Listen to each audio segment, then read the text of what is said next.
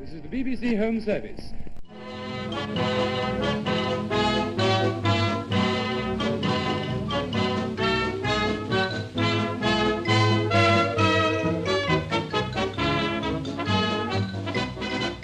There were 97 New York advertising men in the hotel, and the way they were monopolizing the long-distance lines, the girl in 507 had to wait from noon till almost 2:30 to get her call through. She used the time, though. She read an article in a magazine. She washed her comb and brush. She took the spot out of the skirt of her beige suit. She moved the button of her Saks blouse. She tweezed out 2 freshly surfaced hairs in her mole. When the operator finally rang her room, she was sitting on the window seat and had almost finished painting the nails of her left hand.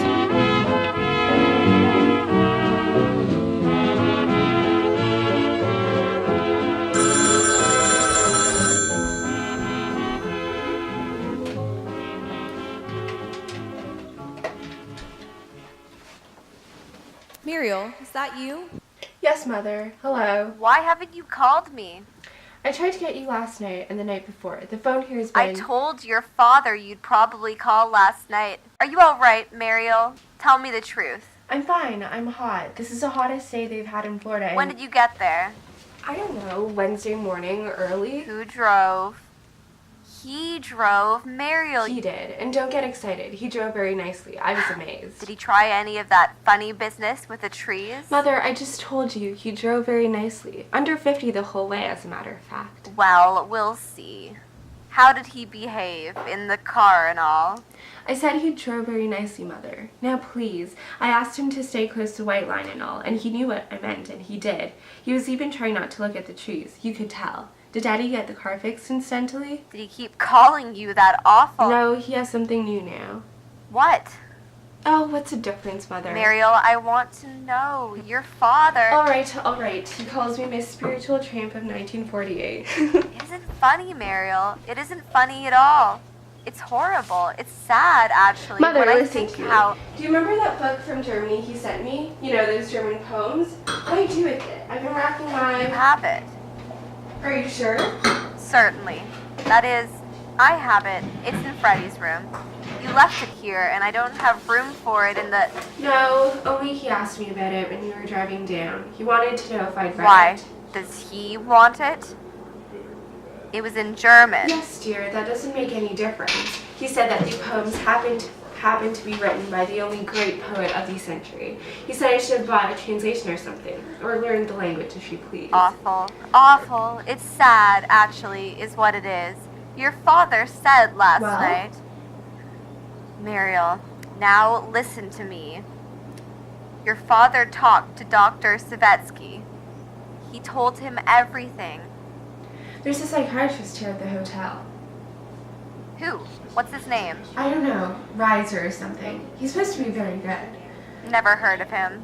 Well, he's supposed to be very good anyway. Muriel, don't be fresh, please. We're very worried about you. I'm not coming home right now, Mother, so relax. Muriel, my word of honor, Dr. I Savetsky just got said here, Seymour Mother. may This come... is the first vacation I've had in years. I'm not just gonna pack everything and come home. Anyway, I couldn't travel now. I'm so sunburned I can hardly move. You're badly sunburned? Didn't you use that jar of bronze I put in your bag? I put it right... I used it. I'm burned anyway. That's terrible. Where are you burned? All over, dear. All over. That's terrible. I'll live. Tell me, did you talk to this psychiatrist? Well, sort of. What did he say? Where was Seymour when you talked to In him? the ocean room, playing the piano.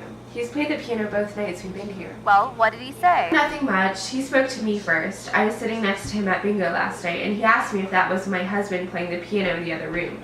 I said yes, it was. And he asked me if Seymour's been sick or something, so I said... Why'd he ask that? I don't know, Mother. I guess because he's so pale and all. Anyway, after bingo, he and his wife asked me if I wouldn't like to join them for a drink. So I did. His wife was horrible. Remember that awful dinner dress we saw in Bonwit's window? The one you said you'd have to have a tiny... She had it on, and all hips. She kept asking me if Seymour's related to that Suzanne Glass that has that place on Madison Avenue, the millinery. What did he say, though, the doctor? Well, nothing much, really. I mean, we were in the bar and all. It was terribly noisy. Yes, but But did you tell him what he tried to do with Granny's chair? No, Mother, I didn't go into details very much. I'll probably get a chance to talk to him today. He's been in the bar all day long. Did he say he thought there was a chance he might get, funny or anything? Do something to you? Not exactly. He had to have more facts, Mother. They have to know about your childhood, all that stuff. I told you, we could hardly talk. It was so noisy in there. How's your blue coat? All right. I had some of the padding taken out. How are the clothes this year? Terrible, but out of this world. You see sequins, everything. How's your room?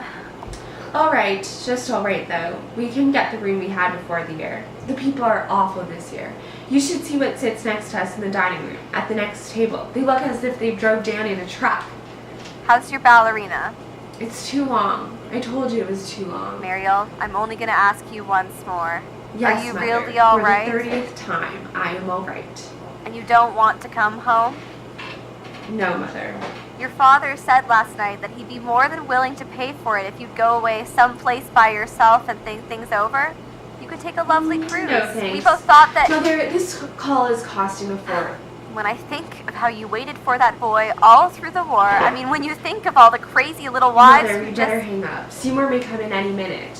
Where is he? On the beach. On the beach? By himself? Does he Mother, behave himself you on the talk beach? about him as if he were a raving maniac. I said nothing of the kind, Mariel. Well, you stand that way. All he does is lie there. He won't take his bathrobe off. He won't take his bathrobe off? Why not? I don't know, I guess because he's so pale. My goodness, he needs the sun. Can't you make him... You know Seymour. He says he doesn't want a lot of fools looking at his tattoo. He doesn't have any tattoo. Did he get one in the army? No, Mother, no dear. Mariel, now listen to I'll me. call you tomorrow. Call me Maybe. the instant he does or says anything at all funny. You know what I mean. Do you hear me? Yes, Mother.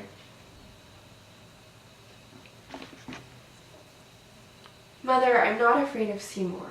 Mariel, I want you to promise me. All right, I promise. Goodbye, Mother. My love to Daddy.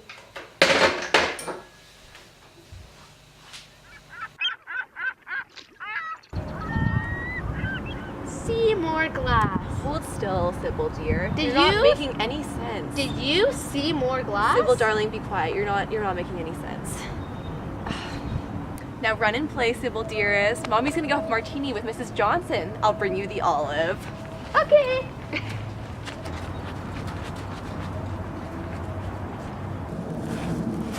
Are you going to the water, Seymour Glass? Oh, hello, Sybil. Are you going into the water? I was waiting for you.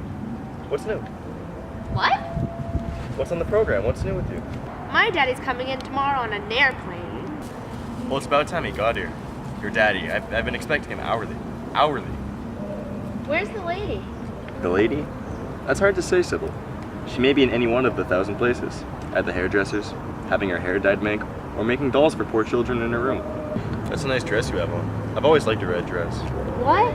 It's blue. It is? Come a little closer. Oh, it is. What a fool I am. Are you going into the water? I'm seriously considering it. I'm giving it plenty of thought. You'd be glad to know.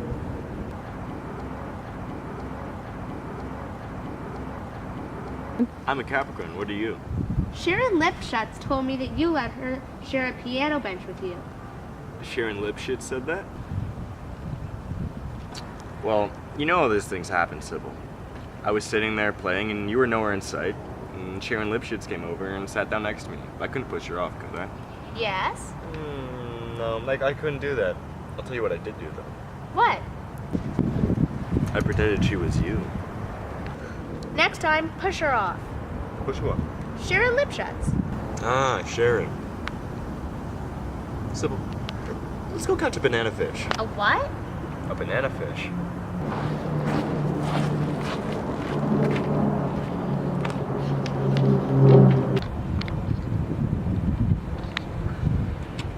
Where do you live?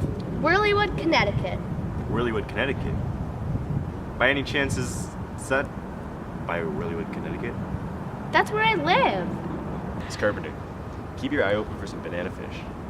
Banana fish? I don't see any banana fish. That's understandable. Their habits are very peculiar. They lead a very tragic life. Do you know what they do, Sybil? Well, they swim into a hole where there's lots of bananas. They're very ordinary looking fish when they swim in, but once they get in, they behave like pigs. Why, I've known some banana fish to swim into a banana hole and eat as many as 78 bananas. Naturally, after that, they're so fat that they can't get out the hole again. Simply can't get through the door. Not too far out.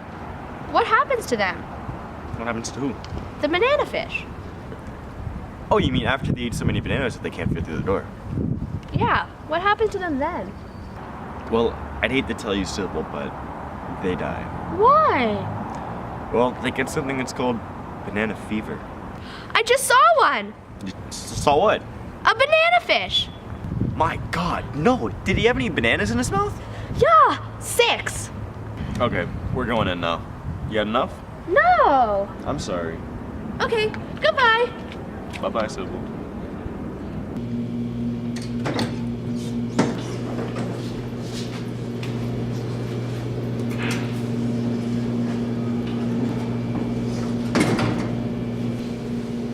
I see you're looking at my feet.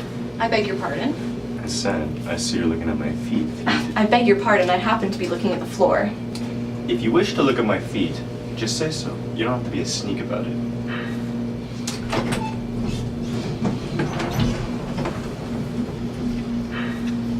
I have 2 normal feet. I can't see a goddamn reason why anybody would stare at them like that.